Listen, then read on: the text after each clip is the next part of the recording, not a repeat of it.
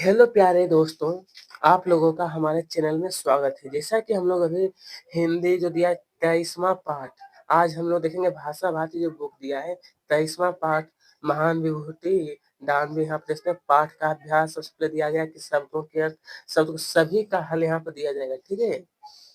और साथ में आपको भाषा अध्ययन जो दिया है ना उसको भी हम लोग सोल्व करेंगे, ठीक है प्रिय दोस्तों? मैं पहले ही आपको बता देता हूँ।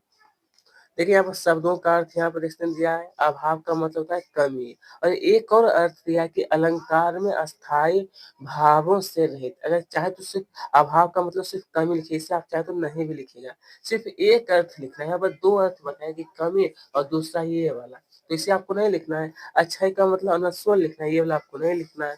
अद्वितीय का मतलब है तुल्य या फिर अकेला। अर्जित का मतलब है कि कमाया हुआ। तो आइएगा दोस्तों, इसके आगे जो प्रश्न 2 में हमसे पूछा गया है ना कि पाठ के आधार पर सही जोड़ा बनाइए, तो चलिए हम इसका जो उत्तर होगा वो मैं बता देता हूँ आपको। ये देखिए प्रिय विद्यार्थी, मैंने इसका सिर्फ आंसर आपके लिए दे दिया हूँ कि कौन नंबर का मिलान करना है 2 से ख का, 3 नंबर से ग का, 4 नंबर से घ का, 1 नंबर से आप लोग अच्छी प्रकार और सही तरीके से आप लोग मिलान कर लीजिएगा, ठीक है?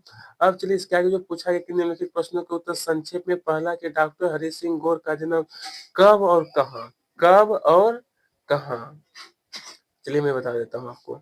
लिखना कि डॉक्टर हरि सिंह गौर का जो जन्म हुआ था ना वो 26 जनवरी सन 1870 ईस्वी में शनिचरी टोरी सागर जो कि मध्य प्रदेश में हुआ था, ठीक है? उनका जन्म। अब पूछा डॉक्टर गौर कौन कौन से विश्वविद्यालयों में उप उप कुलपति रहे। का उप कुलपति रहे, तो चलिए बता देता हूँ इसके बारे में। आपको लिखना है ना कि सन 1921 ईस्वी से सन 1936 ईस्वी तक भी दिल्ली विश्वविद्यालय के संस्थापक उप कुलपति रहे। इसके इसके बाद 2 वर्ष तक वे नागपुर नागपुर विश्वविद्यालय के उप कुलपति रहे थे। नागपुर के उप चलिए अब देखिए तीसरा प्रश्न जो पूछा गया है कि हमसे यहाँ पर दोस्तों कि डॉक्टर गौर सर की उपाधि सर की उपाधि से किसने किसने यहाँ पर कहा है कि विभूषित किया था। तो उत्तर होगा कि जनवरी सन 1925 में अंग्रेज सरकार ने डॉक्टर गौर को शिक्षा के क्षेत्र में दोस्तों उन्हें सर की उपाधि प्रदान की थी। कौन? तो अंग्रेज सरकार ने। चलिए यहाँ पर जो पूछा गया है कि घ में कि उन्होंने किस प्रशासकीय पद से त्याग पत्र दिया था उन्होंने। तो देखिए दोस्तों इसका जो उत्तर आपको लिखना है ना कि उन्होंने central central province commission commission में अतिरिक्त सहायक आयुक्त के पद से त्याग पत्र दिया। किस यहाँ पूछा गया है कि अंगों में कि सागर विश्वविद्यालय की स्थापना कब कब क्यों और किसने की थी। सागर विश्वविद्यालय की स्थापना, तो चलिए मैं बता देता हूँ इसके बारे में। लिखना है कि 18 जुलाई सन 1946 को सागर नगर के निकट मकरोनिया की पथरिया पहाड़ी पर डॉक्टर हरि सिंह गौर ने हजारों व्यक्तियों की उपस्थिति में सागर विश्वविद्यालय की विधिवत स्थापना की और उन्होंने इस विश्वविद्यालय में प्रथम कुलपति का पद भी पद भी सुशोभित किया। अब आइएगा दोस्तों, हम लोग विस्तार से जो प्रश्न दिया है कि डॉक्टर डॉक्टर गौर के विद्यार्थी जीवन पर प्रकाश डालिए। मतलब डॉक्टर जो थे ये गौर, इनके बचपन का जीवन कैसा था। तो लिखना है कि उनका बाल्यकाल अभावों में बीता। माँ ने बड़े संघर्ष के साथ उनका पालन पोषण किया था। उन्होंने प्रारंभिक शिक्षा सागर में और इंटरमीडिएट तक की शिक्षा पहले जबलपुर बाद में नागपुर में पूरी की। आगे की शिक्षा के लिए उन्होंने नागपुर से हिस लव कॉलेज में प्रवेश किया फिर लिखना है कि उस समय वे अंग्रेजी और अर्थशास्त्र में ऑनर्स करने वाले पहले छात्र थे। 18 वर्ष की आयु में इंग्लैंड, उसके बाद थोड़ा-सा और लिखे हैं उसमें कि इंग्लैंड चले गए, जहाँ उन्होंने डाउनिंग कॉलेज और केम्ब्रिज विश्वविद्यालय से दर्शन शास्त्र तथा अर्थशास्त्र में एमए और कानून कानून की उपाधि प्राप्त की थी। इस प्रकार से प्रिय दोस्तों, आप लोगों को सही सही उत्तर लिखने का प्रयास करना है। तो चलिए अब यहाँ पर ख में जो पूछा गया कि डॉक्टर गौर को कुशल और सफल अधिवक्ता के रूप में क्यों जाना जाता था? आखिरकार क्यों? तो चलिए मैं बता देता हूँ इसके बारे में। लिखना है कि डॉक्टर हरि सिंह गौर ने 40 वर्ष से अधिक समय तक अखिल भारतीय स्तर पर वकालत की। उन्होंने प्रीवी काउंसिल में भी कई मुकदमे लड़े और वहां भी अपनी सफलता के झंडे गाड़े। वे हाई कोर्ट बार एसोसिएशन के सभापति और हाई कोर्ट बार काउंसिल के सदस्य भी रहे। अतः डॉक्टर गौर विधिवेत्ता, प्रसिद्ध अधिवक्ता और दानवीर के रूप में अविस्मरणीय विभूति हैं, और वे आज भी हम सब के लिए प्रेरणा पुंज है। कैसा है दोस्तों? वे आज भी हम सब के लिए कैसा है? तो प्रेरणा पुंज है। ठीक है। फिर से देखिए पूछा गया गौर नंबर में कि डॉक्टर गौर भामा भामाशाह क्यों कहलाए? तो देखिएगा उत्तर लिखना है कि राष्ट्र हित के लिए जिस प्रकार भामाशाह ने अपना संचित धन महाराणा प्रताप को सहर्ष सौंप दिया था, उसी प्रकार भारत माँ के लाडले सपूत डॉक्टर हरि सिंह गौर ने परिश्रम पूर्वक अर्जित धन विश्वविद्यालय स्थापना के लिए दान कर दिया। इस कार्य के लिए उन्होंने आरंभ में 20 लाख रुपये दिए। 18 जुलाई सन 1946 ईस्वी को सागर नगर के निकट मकरोनिया की पथरिया पहाड़ी पर हजारों व्यक्तियों की उपस्थिति में सागर विश्वविद्यालय की विधिवत स्थापना हुई। डॉक्टर गौर ने इस विश्वविद्यालय में प्रथम कुलपति का पद भी सुघोषित किया। उन्होंने अपने अंतिम सांस लेने से पूर्व अपने जीवन भर की गाढ़ी कमाई में से लगभग 2 करोड़ रुपए की धन संपत्ति सागर विश्वविद्यालय को अर्पित कर दी। संपूर्ण एशिया में किसी एक व्यक्ति मात्र के दान से स्थापित यह विश्वविद्यालय मध्य प्रदेश का सबसे पुराना विश्वविद्यालय है। अतः राष्ट्रपति के लिए किए गए पुण्य कार्य के लिए डॉक्टर गौर भामाशाह कहलाए। क्या कहलाए? डॉक्टर गौर भामाशाह कहलाए थे। अब आइएगा प्रिय स्टूडेंट, यहाँ पे जो घ में कहा गया है कि डॉक्टर गौर ने शिक्षा जगत में बहुत सेवाएं की है। तो इस कथन को उदाहरण देकर स्पष्ट करना होगा। उदाहरण देते हुए आपको स्पष्ट करना होगा। तो चलिए प्रिय मित्रों, हम लोग इन्हें भी देखते हैं। कहा गया कि सबसे पहले कि 1921 की बात है कि सन 1921 से लेकर के 1936 तक डॉक्टर गौर दिल्ली विश्वविद्यालय के संस्थापक उप उप कुलपति रहे। इसके बाद 2 वर्ष तक उन्होंने नागपुर विश्वविद्यालय के उप कुलपति का दायित्व संभाला। दिल्ली एवं नागपुर विश्वविद्यालय द्वारा उन्हें डी लिट की मानद उपाधि से सम्मानित किया गया। डॉक्टर गौर ने 18 जुलाई सन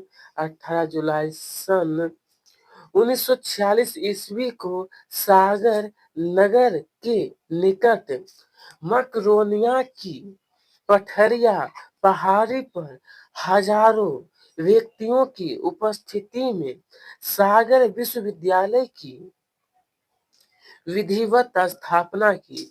डॉक्टर डॉक्टर गौर ने इस विश्वविद्यालय में प्रथम कुलपति का पद भी शुभ शुभ सुशोभित किया। फिर देखिए आगे जो बताया गया है ना कि यह अपूर्व बुद्धि और अद्भुत वाक्शक्ति वाले अधिवक्ता के रूप में प्रसिद्ध थे।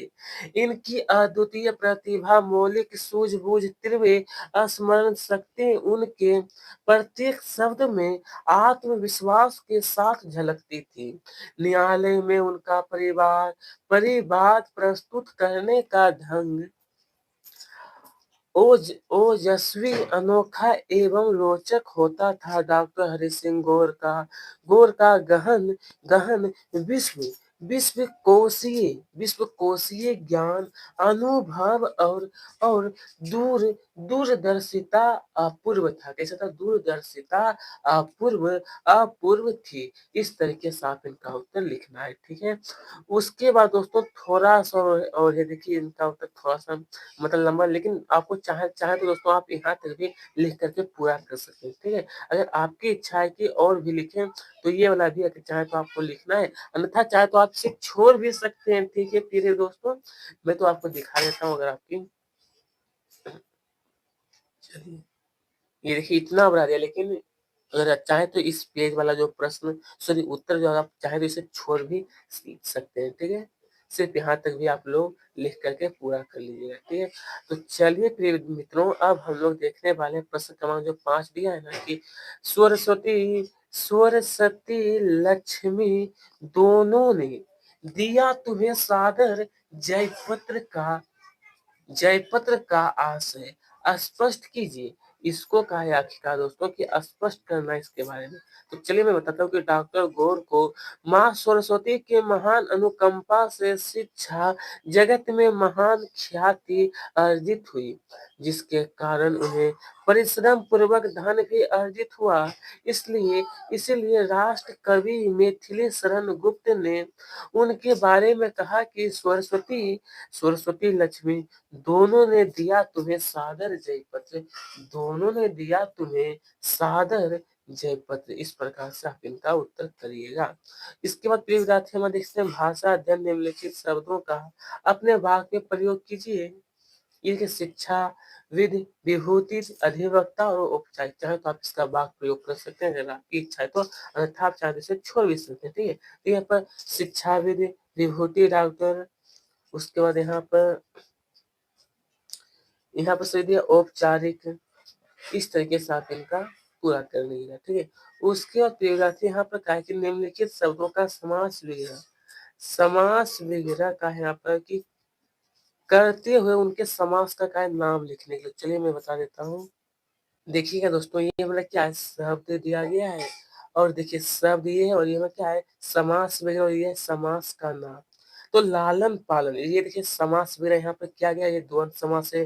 कानूनी शिक्षा, सरस्वती लक्ष्मी, संध्या, सांध्य वेला और देश विदेश। तो इस प्रकार से आप इनका सभी प्रकार से उत्तर कर लीजिएगा कंप्लीट। चलिए आइएगा दोस्तों प्रश्न क्रमांक 3 अब देखने वाले हैं। इसमें से जो पूछा है कि निम्नलिखित में से प्रयुक्त उपसर्ग उपसर्ग और प्रत्यय पहचान करके अलग कीजिए। ये जो दिया इसमें उपसर्ग और प्रत्यय मैं बता देता हूँ आपको। तो प्रिय मित्रों आप लोगों को यहाँ पर दिखाई जो दे रहा है ना कि ये देखिए मतलब पूर्ण शब्द उपसर्ग और यहाँ पर दिया है शब्द। तो अक्षय प्लस अक्षय जो दिया इसमें उपसर्ग आ है। देखिए यहाँ पर उपकुलपित, सपूत, सहर्ष, पूर्ण शब्द, सफलता, दूरदर्शिता। तो इस प्रकार से इनका उपसर्ग आप अलग करके भी लिख लीजिए। इसके आगे जो हमें दिया गया कि सफलता, ये दूरदर्शिता, ये ऐतिहासिक है, ये क्या है कार्य क्षमता। तो इस प्रकार से इनके बारे में आप लोग सही से प्रैक्टिस करिएगा। ठीक है, निम्नलिखित वाक्यों के लिए एक एक शब्द लिखिए। निम्नलिखित शुरू करते हैं। यहाँ पर जो दिया निम्नलिखित वाक्यों के लिए एक एक शब्द आपको लिखना है। ये वाक्य और ये एक शब्द।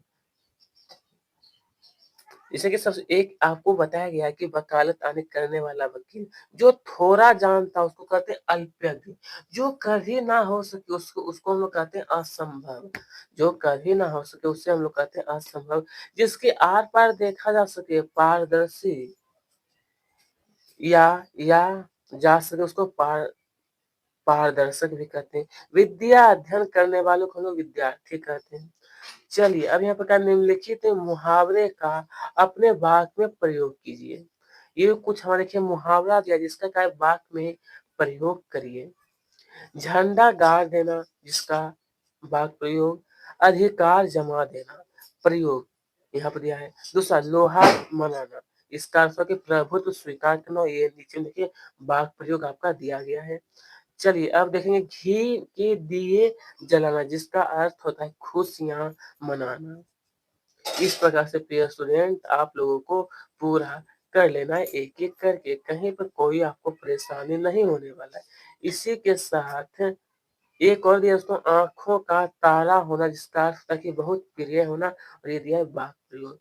नीचे दिए गए गद्यांश को पढ़कर उसके नीचे लिखे प्रश्नों के उत्तर लिखिए। यानी कहने का अर्थ है कि नीचे में देखिए आपको एक गद्यांश दिया है जिसे आपको पढ़ना है, और पढ़ने के बाद नीचे में जो आपसे कहा गया है, प्रश्न पूछा है कि उपयुक्त गद्यांश का उपयुक्त